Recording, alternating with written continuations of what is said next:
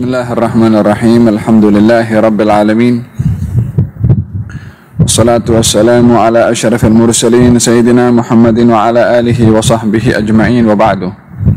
Nawaina at-ta'allum wa at-ta'lim tadhakkura wa tadhkira an-naf'a wal intifa' wal ifada wal istifada wal hatha ala at-tamassuki bi kitabillah wa sunnati nabiyhi wa dalalati ila al-khair wa ad-du'a ila al-huda ibtigha'a mardatillahi wa qurbihi wa thawabihi.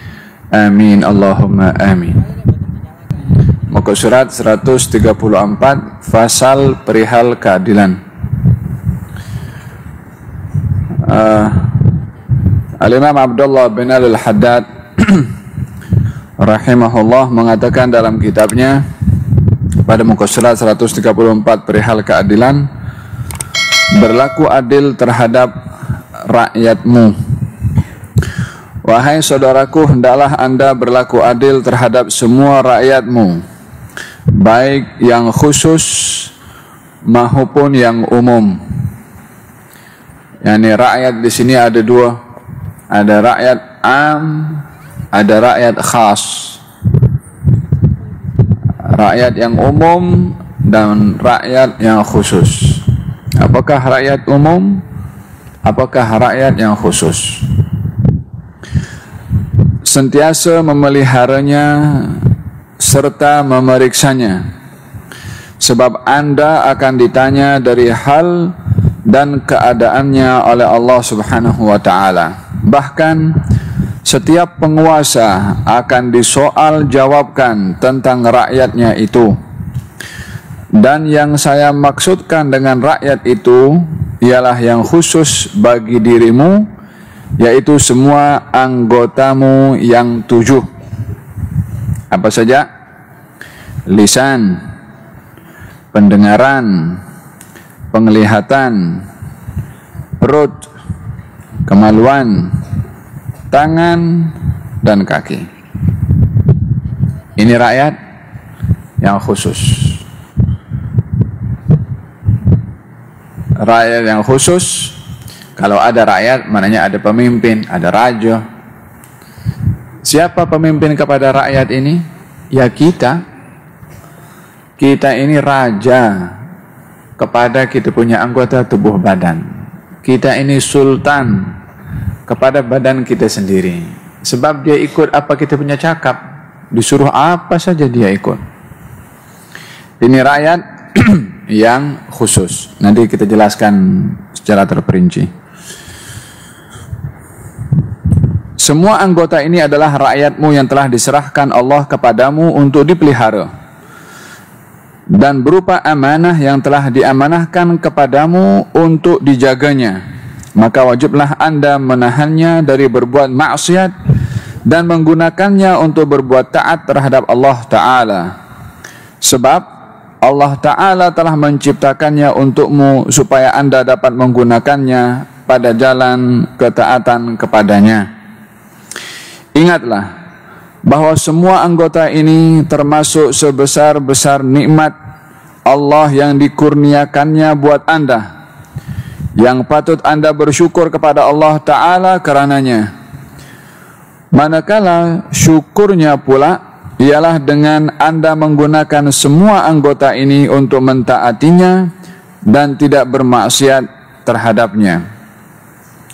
Jika anda meninggalkan semua itu dan anda tidak melakukannya, berarti anda telah mengubah nikmat Allah itu dengan mengkufuri nikmatnya.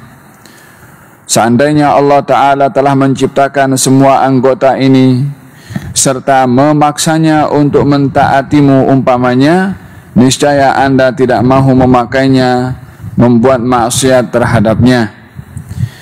Pada hakikatnya setiap satu dari anggota-anggota ini telah berkata kepadamu dengan lisan logiknya, wahai hamba Allah, takutlah jika engkau hendak menggunakanku untuk berbuat maksiat, dan janganlah memaksaku membuat sesuatu yang diharamkan Allah ke atasku. Tetapi jika engkau tidak peduli dan terus membuat maksiat juga, kelak anggota itu bila kembali kepada Allah Ta'ala akan berkata kepadanya, ya Tuhanku, Aku sudah melarangnya dari berbuat begitu dan begitu, namun dia tetap tidak mahu mendengar. Dan sebenarnya aku tidak bersalah tentangnya, tentang apa yang dibuatnya. Nanti Anda akan berdiri di hadapan Allah Ta'ala, dan semua anggotamu akan berbicara kepada Tuhannya dan bersaksi terhadap apa yang sudah Anda lakukan ketika di dunia dengan menggunakan anggota-anggota itu. Biar yang baik, maka dia akan bersaksi buatmu, ataupun yang buruk, maka dia akan mengadukan halnya atasmu, sesuai dengan bunyi-bunyi firman Allah Ta'ala yang berikut, yauma la maradda lahu minallahi ma lakum min malja'in ma lakum min malja'in yawma idzin wa ma lakum min nakir. Pada hari kiamat yang tiada dapat dielakkan lagi daripada Allah, tiada perlindungan lagi buat kamu pada hari itu, dan tiada dapat memungkiri. Firman-Nya yang lain, yauma la yanfa'u malun wala banun illa man atallaha biqalbin salim. Pada hari kiamat yang tiada berguna lagi harta dan anak pinak, kecuali siapa yang datang kepada Allah dengan hati yang bersih. Al-Imam Abdullah bin Ali al-Haddad berbicara tentang adil. Di dalam Al-Quranul Karim, Allah Subhanahu wa Ta'ala memerintahkan kepada hambanya, baik daripada jin atau daripada manusia, untuk bersikap adil. Innallaha ya'muru bil adli wal ihsan wa ita'i dzil qurba wa yanha 'anil fahsya wal munkar wal baghi ya'idzukum la'allakum tadhakkarun. Sesungguhnya Allah memerintah kamu untuk bersikap adil dan ihsan. Innallaha, sesungguhnya Allah memerintah kamu bil adli, untuk berlaku adil dan ihsan, dan melarang kamu berbuat fahsya, kekejian, kemungkaran, dan juga maksiat. Apa itu adil? Apa itu ihsan? Adil memberikan hak sesuai dengan syarak.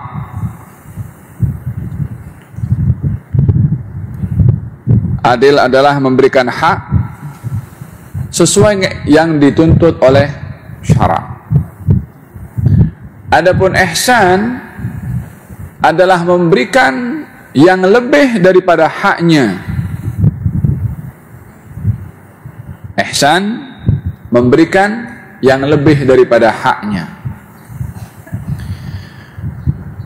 Yang kedua, adil juga menuntut hak kita sesuai dengan syarak. Adapun ihsan menggugurkan hak kita sesuai dengan syarak. Itu makna kepada adil dan ihsan. Contohnya, bila mana seseorang mempunyai hak kepada kita dengan hak tertentu, maka haknya dipenuhi. Berapa hak dia? Kalau di dalam harta dia berhak mendapatkan 10 ringgit, maka diberi 10 ringgit. Itu adil.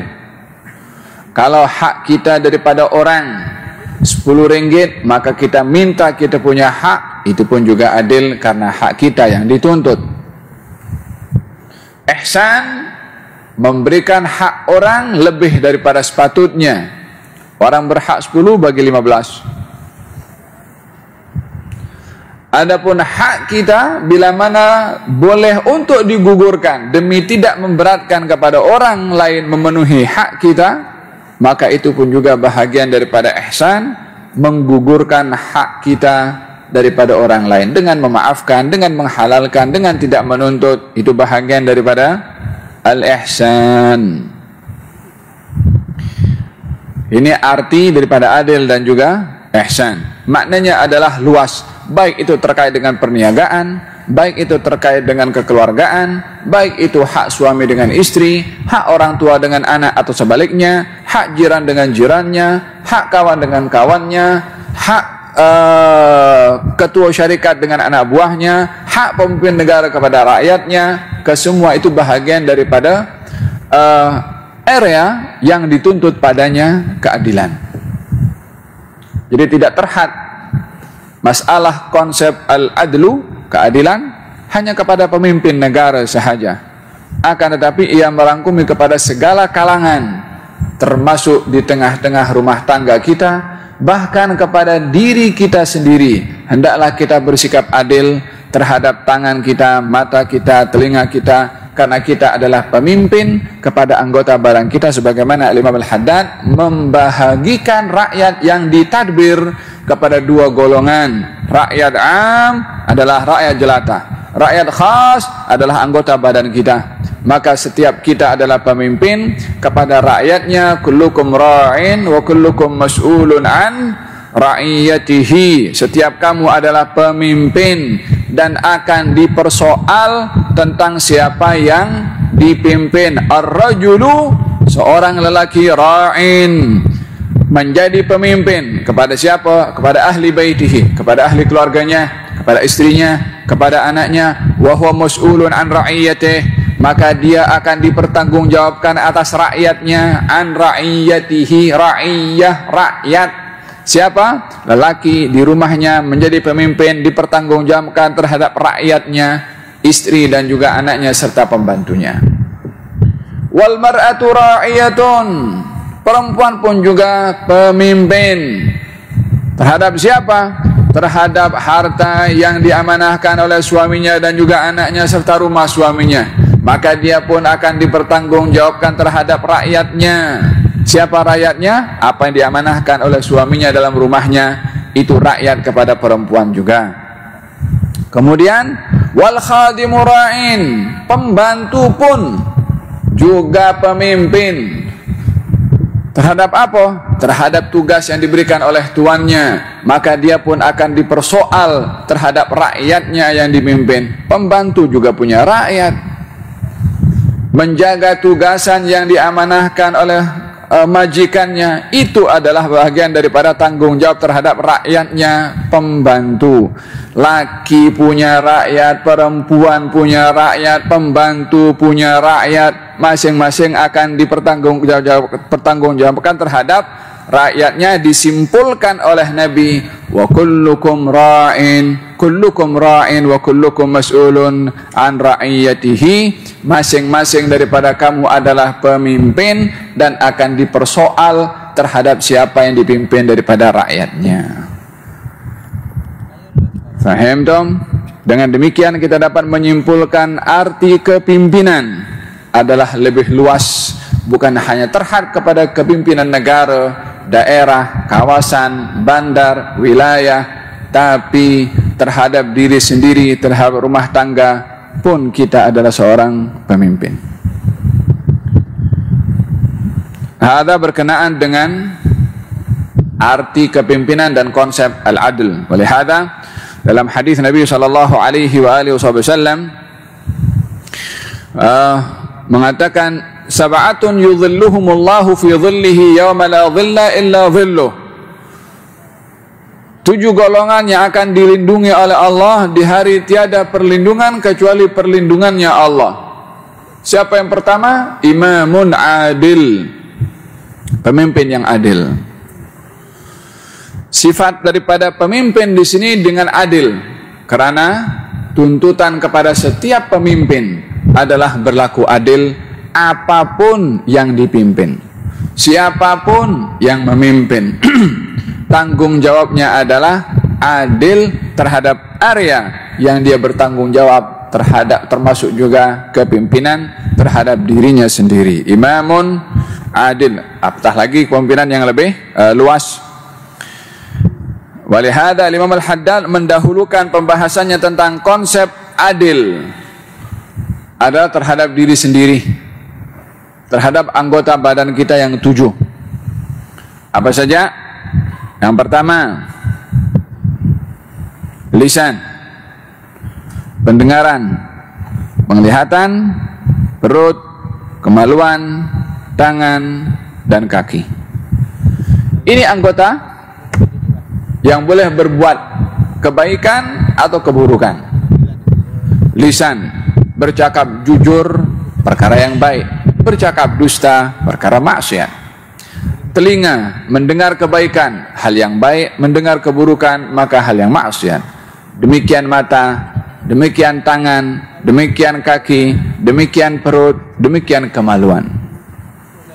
Oleh sebab yang sedemikian, seperti mana setiap pemimpin akan dipertanggungjawabkan terhadap rakyatnya, termasuk pemimpin kepada tubuh badannya sendiri, maka ia pun juga akan dipertanggungjawabkan terhadap rakyatnya.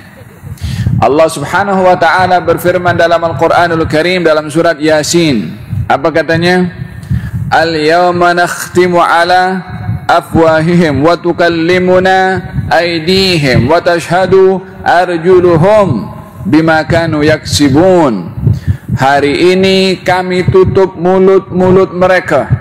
Yang ditutupnya sementara, karena sudah banyak mulut bercakap di dunia. Maka satu masa nanti akan ditutup oleh Allah Subhanahu wa taala. Allah Maha berkuasa untuk menjadikan lisan ini tak boleh bercakap. Dan pernah pun Allah Subhanahu wa taala memenuhi permintaan Nabi Zakaria untuk tidak mahu bercakap. Katanya ketika mendapat berita dari Allah terhadap Nabi Zakaria kalau istrinya akan hamil dan melahirkan anak, kata Nabi Zakaria, Rabbi ja'alli ayah. Ya Allah, jadikan untuk aku tanda kalau istriku hamil. Apa katanya? Qala ayatuka alla tukalliman nasa thalathata ayyam. Tanda kalau istrimu hamil, kamu tak boleh bercakap 3 hari. Dia serta-merta macam tu tak boleh bercakap. Kecuali tasbih berzikir boleh. Nak bercakap dengan orang tak boleh. Kan sama-sama lisan yang digunakan ini, bertasbih guna lisan, bercakap pun guna lisan. Tapi Allah Subhanahu wa taala yang menciptakan lisan memerintahkan kepada lisan boleh untuk berzikir, memerintahkan kepada lisan untuk tidak boleh bercakap. Walaupun benda yang sama. Innama amruhu idza arada syai'an an yaqula lahu kun fayakun. Maka bermula daripada istrinya hamil, Nabi Zakaria tak boleh bercakap kecuali zikir saja. Wa hakadha, nanti di hari kiamat, al-yawma nakhtimu ala afwahihim. Hari ini kami tutup mulut-mulut mereka. Wa tukallimuna aydihim. Yang akan bercakap kepada kami tangan-tangan mereka. Wa tashhadu arjuluhum. Kesaksian tangan akan disaksikan oleh kaki. Yakni kaki pun akan menjadi saksi betul kata tangan. Sebab ini tangan di mana saja 24 jam dia bersama dengan kita. Dia tahu apa yang kita buat. Walaupun tak punya mata, walaupun tak punya telinga, tapi sentiasa hari-hari dengan kita. Wa tukallimuna aydihim wa tashhadu arjuluhum bima kanu yaksibun.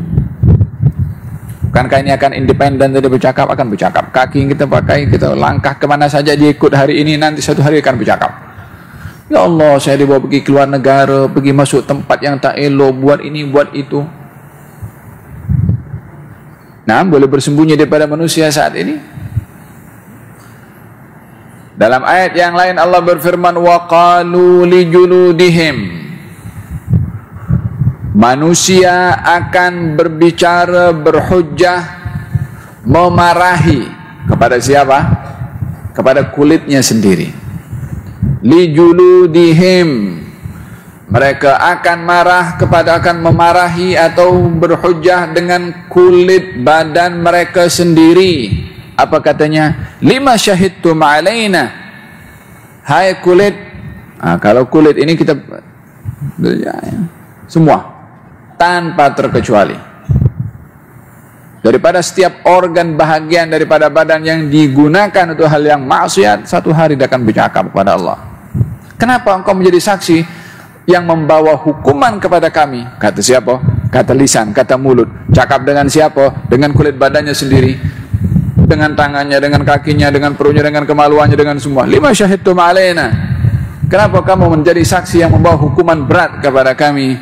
Kata kulit ini mengatakan, antaqanallah alladzi antaqa kulla syai'. Yang bikin saya bercakap ini Allah Subhanahu wa taala yang boleh menjadikan segala sesuatu untuk bercakap. Faham dong? Dan tidak ada seorang pun melainkan akan dipersoal terhadap rakyatnya, sesiapapun juga. Kalau tak punya rakyat yang dipimpin dalam bentuk manusia, ini anggota badan pun sudah menjadi rakyat. Kullukum ra'in wa kullukum mas'ulun an ra'iyatihi. Hada berkenaan dengan rakyat yang khas. Walihada Imam Al-Ghazali mengatakan, memberikan gambaran manusia ini umpama negara.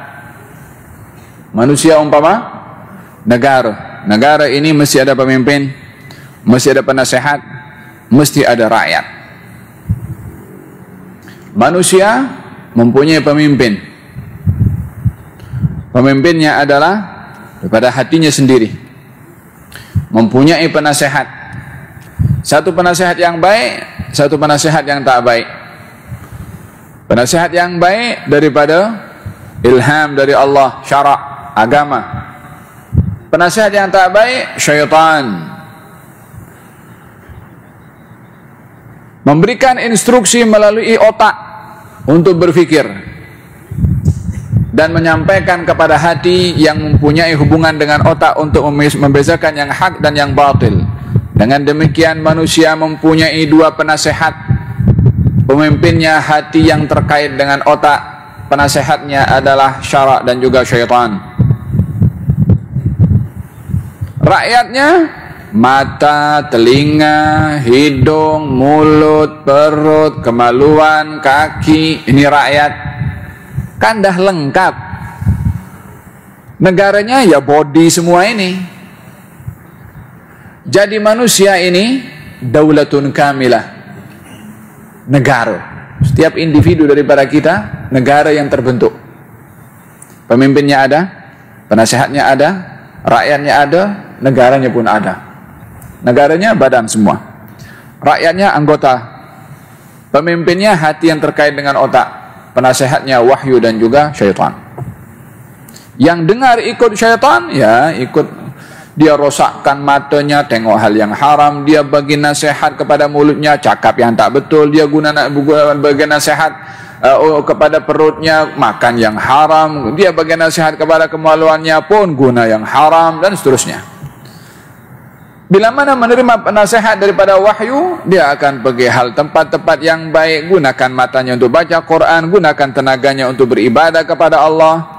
Dengan demikian Allah menyediakan untuk manusia ini negara pada dirinya sendiri. Faham dong? Al-insanu daulatun kamilah.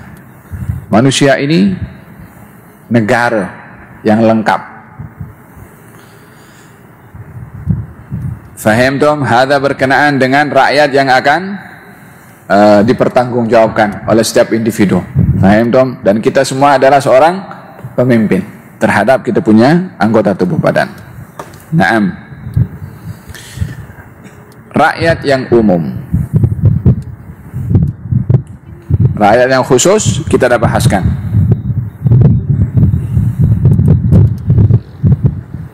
Rakyat yang umum sudah saya maksudkan dengan rakyat umum, kata beliau Imam Al-Haddad, ialah sesiapa yang dijadikan Allah berkuasa buatmu dan atasmu, seperti anak-anak, istri, hamba sahaya. Maka semua mereka ini adalah rakyatmu yang umum. Adalah wajib atasmu membimbing mereka untuk menunaikan apa yang difardukan Allah ke atas diri mereka, berupa bermacam-macam ketaatan, dan apa yang diharamkan ke atas mereka berupa berbagai-bagai kemaksiatan. Awas, jika anda bertolak ansur dengan mereka dalam meninggalkan yang wajib atau membuat yang haram, serulah mereka kepada apa yang bakal menyelamatkan mereka dan menyampaikan mereka kepada kebahagiaan di kampung akhirat.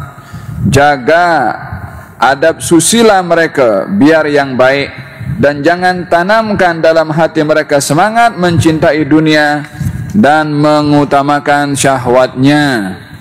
Kalau Anda biarkan mereka sedemikian, berarti Anda telah memburukkan jiwa mereka.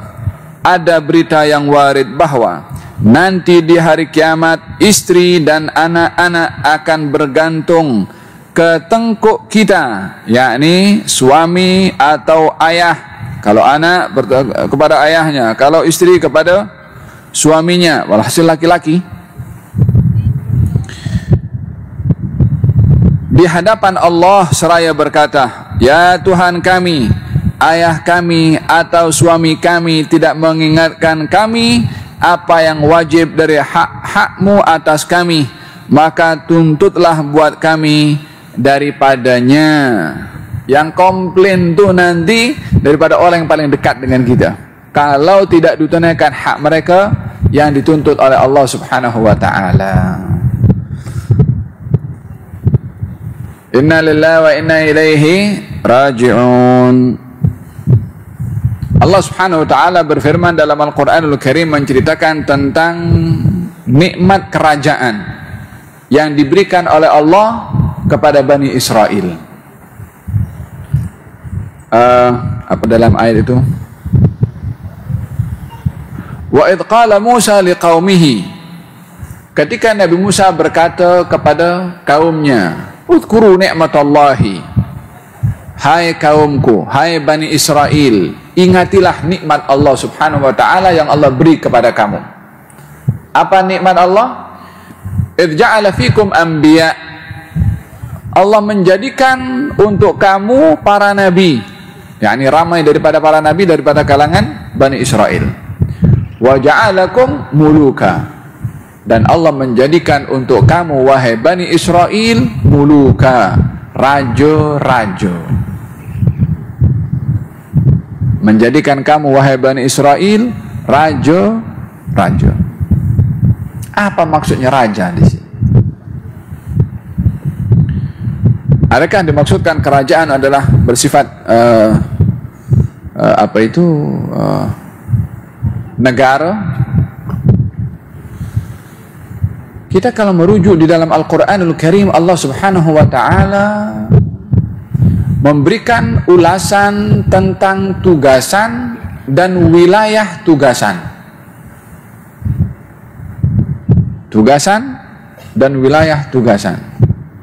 Allah Subhanahu wa ta'ala berfirman ketika menciptakan Nabi Adam dan menurunkan Nabi Adam di atas muka bumi ini, Allah berfirman, "Inni ja'ilun fil ardi khalifah." Allah berfirman, sesungguhnya Tuhanmu wahai Rasulullah Muhammad menjadikan di atas muka bumi ini khalifah. Ini tugasan. Siapakah khalifah pertama yang menyandang, meraih, bertugas sebagai khalifah? Siapa? Nabi Adam. Nabi Adam ketika menjadi khalifah ketika itu, rakyatnya siapa? Satu orang je, Siti Hawa. Sebelum ada Habil, sebelum ada Qabil, beliau sudah khalifah, walaupun yang ditadbir seorang sahaja, yaitu Siti Hawa. Adapun wilayahnya tanpa sempadan, tanpa visa, tanpa naik kapal terbang, nak pergi mana saja, fadhalu, silahkan. Open, tak ada immigration pun masa itu. Yakni bumi ini boleh masuk pada mana saja. Semuanya dijadikan oleh Allah untuk Nabi Adam. Barulah setelah itu mula ramai apa semua, kena visa, kena bayar, kena ada immigration, macam-macam panjang. Tapi intinya di sini Allah ketika menciptakan di atas muka bumi ini area sebagai tempat ditadbir oleh khalifah, waktu itu pemimpinnya satu saja, yang dipimpin seorang saja, Siti Hawa, dan khalifahnya adalah Nabi Adam. Kawasannya bumi. Kepimpinan yang bersifat zahir bukanlah menjadi satu maksud utama daripada kepimpinan yang sebenar. Disebabkan oleh karena kepimpinan secara zahir di dalam Al-Quran juga diuraikan oleh Allah Subhanahu wa ta'ala dalam bentuk yang berbagai. pernah yang menjadi pemimpin orang seperti Namrud dan juga seperti Firaun yang melakukan kerosakan di atas muka bumi ini. Tapi adakah area yang dipimpin oleh Firaun dan juga oleh Namrud membawa kebaikan kepadanya? Tidak. Justru membawa kepada kejahatan, bahkan keburukan, bahkan kepada hukuman. Nabi Sulaiman juga memimpin. Yang dipimpin adalah negara. Akan tetapi pentadbiran Nabi Sulaiman membawa kebaikan kepada orang lain. Maka dengan demikian, area kepimpinan itu bergantung kepada pelaksanaannya dalam tugasan sebagai seorang pemimpin. Seperti mana juga dalam area kepada badan kita adalah bergantung kepada pelaksanaannya bagaimana kita memimpin. Faham dong? Walihada baginda Rasulullah sallallahu alaihi wa ala alihi wasallam mengingatkan tentang tanggung jawab kepimpinan. Dalam firman Allah Subhanahu wa taala, Allah berfirman, ya ayyuhalladzina amanu qu anfusakum wa ahlikum nara. Wahai sekalian orang beriman, jagalah diri kamu dan ahli keluarga kamu daripada azab api neraka. Tanggung jawab kepada ahli keluarga. Al-Imam Abdullah bin Al-Haddad dalam kata-katanya mengingatkan kepada tanggung jawab seorang lelaki, baik itu suami ataupun ayah, atas rakyat yang dipimpinnya, yaitu keluarga, anak dan istri, atau istri sahaja atau anak sahaja, yang merupakan tanggung jawab kepada pemimpinnya, yaitu ayah ataupun suami. Faham dom? Walihada di dalam beberapa athar dinyatakan bila mana seorang lelaki itu lalu di sirat, nanti kalau dia tidak tunaikan hak daripada rakyat yang dipimpinnya, daripada keluarga dan anaknya, yang akan memanggil dan mengheret lelaki tadi daripada terselamat melintasi jembatan as-sirat adalah ahli keluarganya sendiri. Katanya ketika dia sedang lalu, maka ada orang berteriak daripada belakang, ya Allah, khudh haqqi min hadzal zalim. Ya Allah, aku nak tuntut hak aku daripada si zalim ini. Lelakinya orang baik, ahli masjid, dia pergi ibadah, dia pergi umrah, walhasil ibadah yang dia lakukan semua. Dia menoleh ke belakang, ternyata yang berteriak menuntut hak itu ahli keluarganya sendiri. Gali tanya, bukankah segala keperluan kamu yang kamu mahukan aku penuhi? Dari segi keduniaannya, nak pergi sini, fadlu kasih, nak beli barang, dikasih duitnya. Katanya, ya dalam hal keduniaan, tapi kamu nampak kami tidak melakukan kewajiban, kau diam. Maka tarik balik, dah nak dekat lepas tu daripada surat, tarik balik. Sehingga ditunaikan dulu hak daripada ahli keluarganya sendiri. Kullukum ra'in wa kullukum mas'ulun an ra'iyatihi. Faham tom? Hada berkenaan dengan masalah tanggung jawab terhadap ahli keluarga, khususnya adalah laki-laki. Naam. Hendaklah anda memperlakukan mereka dengan adil dan saksama. Adapun adil itu ialah anda memenuhi semua hak-hak mereka yang telah diwajibkan Allah ke atasmu buat mereka, seperti nafkah, makan, minum, dan pakaian, bergaul dengan mereka secara baik. Termasuk adil juga, hendaklah anda menahan setengah mereka dari menzalimi yang setengah, dan anda mengambil hak dari yang menganiaya untuk dikembalikan kepada yang teraniaya. Dan ada berita yang warid bahawa seorang hamba dicatat sebagai seorang penganiaya, padahal dia tiada memiliki apa-apa pun selain keluarga rumah tangganya semata, yakni dia telah menzalimi mereka dari hak-hak mereka. Dia kepada orang tidak zalim, tak ambil duit orang, tak berbuat jahat kepada orang, tapi hak keluarga tak ditunaikan. Nafkah anak-anak dan istri tidak diberikan. Maka ini pun termasuk dia pemimpin yang zalim. Sebaliknya sama, bila mana anak tidak menunaikan hak orang tuanya, maka anak itu pemimpin yang zalim kepada orang tuanya. Bila mana istri tidak tunaikan hak suaminya, maka dia pun pemimpin yang zalim terhadap suaminya. Kullukum ra'in, masing-masing daripada kamu adalah pemimpin.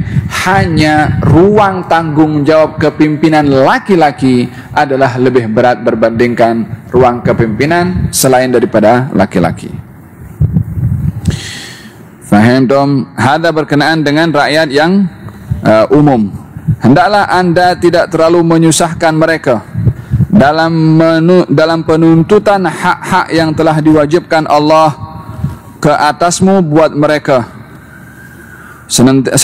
Sentiasalah membelasi atau membelas kasihi mereka serta berkelakuan yang mulia dengan mereka, melapangkan hati mereka pada beberapa waktu untuk bersenang-senang tanpa ada yang berkaitan dengan yang dosa, sekadar untuk menghilangkan kebosanan dan kerisauan, namun kehebatan dan kehormatan tetap kekal. Ini tanggung jawab laki-laki. Walaupun yang banyak datang sini perempuan, tak apa, kita bahaskan juga sikit-sikit.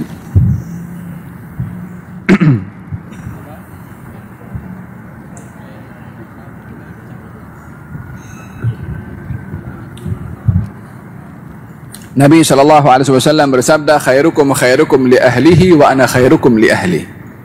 Sebaik-baik kamu adalah yang paling baik terhadap ahli keluarganya. Aku adalah orang yang paling baik terhadap ahli keluarga aku.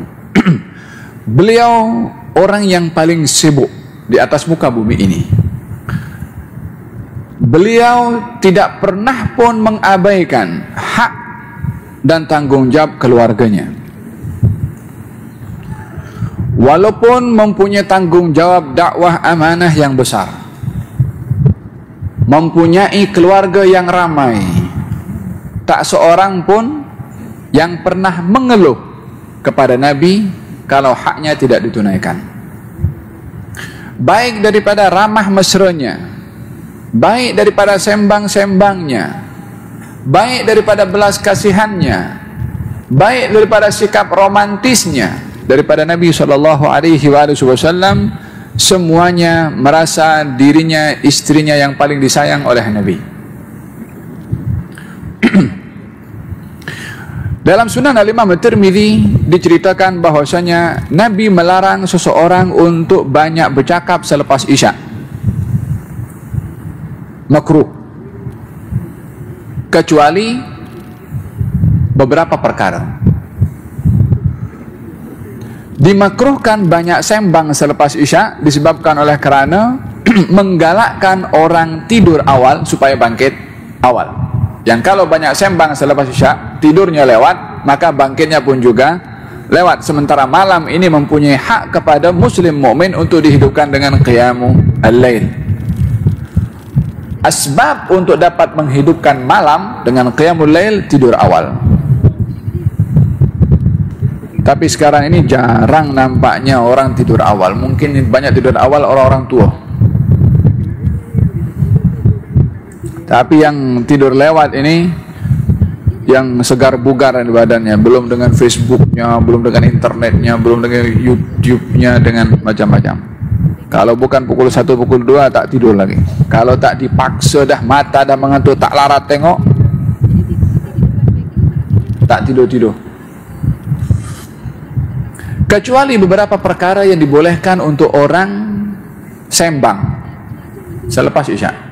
Satu, bila mana perbincangan itu terkait dengan ilmu atau dengan dakwah.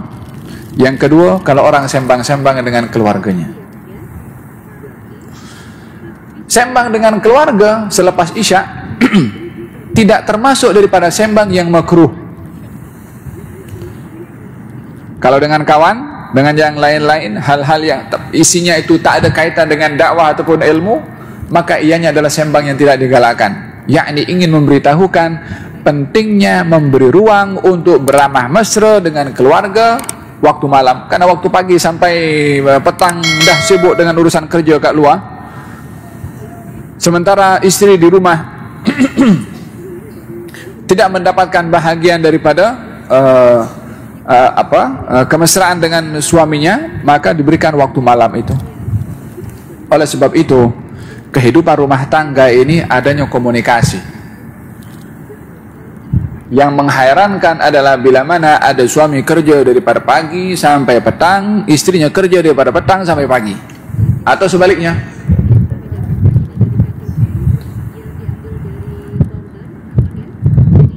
Kalaupun itu menjadi satu tugasan, hendaklah mereka kena berfikir macam mana ini bahtera rumah tangga ini jangan sampai ada bocor. Disebabkan kerenggangan antara pasangan suami istri tanpa ada communicate. Baginda Rasulullah SAW selepas isya sembang dan terkadang dikumpulkan istrinya. Cerita Nabi. Gal satu hari Nabi ketika cerita, Siti Aisyah ada, Siti Hafsah ada, semua istri Nabi ada. Nabi sembang. Tentunya sembang-sembangnya Nabi ini sembang-sembang yang bermanfaat.